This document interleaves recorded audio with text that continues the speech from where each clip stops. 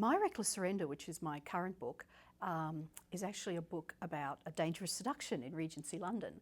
And when I thought of the subject for this book, it's actually about a widow who, if she seduces the Earl of Ashcroft, will get absolutely everything she wants. So she makes a devil's bargain where she, in return for doing the wrong thing, she'll get everything she wants. So it's one of those, oh, what a tangled web we weave when first we practice to deceive books. And I had that ringing in my mind the whole time I was writing it. And the funny thing is, I always thought that was a Shakespeare quote, but it's actually Walter Scott. There's all these blogs where I'm saying, oh, Shakespeare said, but sadly Shakespeare didn't say. And it's a very passionate, sexy book because, basically she has to seduce this guy. And they both get more than they bargained for. I mean, he's meant to be this careless, selfish rake who, it isn't going to matter to him who he sleeps with. And of course, he's not. There's a lot more to him than that. And she falls in love with him. And of course, she's deceived him. So the fact that she falls in love with him, there's this enormous risk about it. And all the chickens come home to roost in the second half. So things get very, very hairy emotionally. So there's a lot of high stakes emotion, high stakes situations and things in the book. So.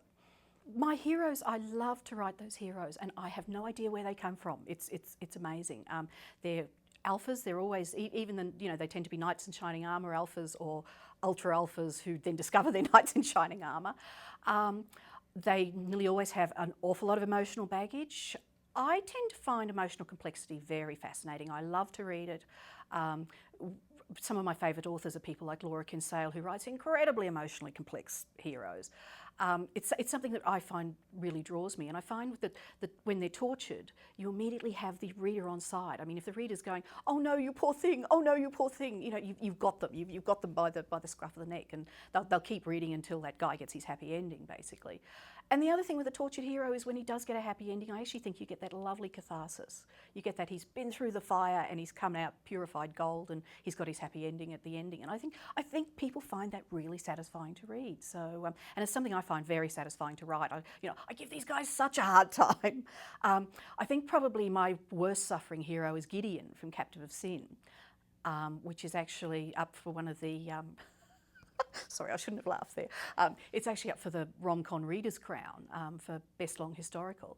That guy goes through absolute hell, and then when he gets the end, I've had so many letters from people saying, "Oh, I was so happy when they got the happy ending," So I think it's a pattern. I think it's a pattern people enjoy reading, and as I say, I enjoy writing. I think it's emotionally satisfying. I think I've got a very lush style.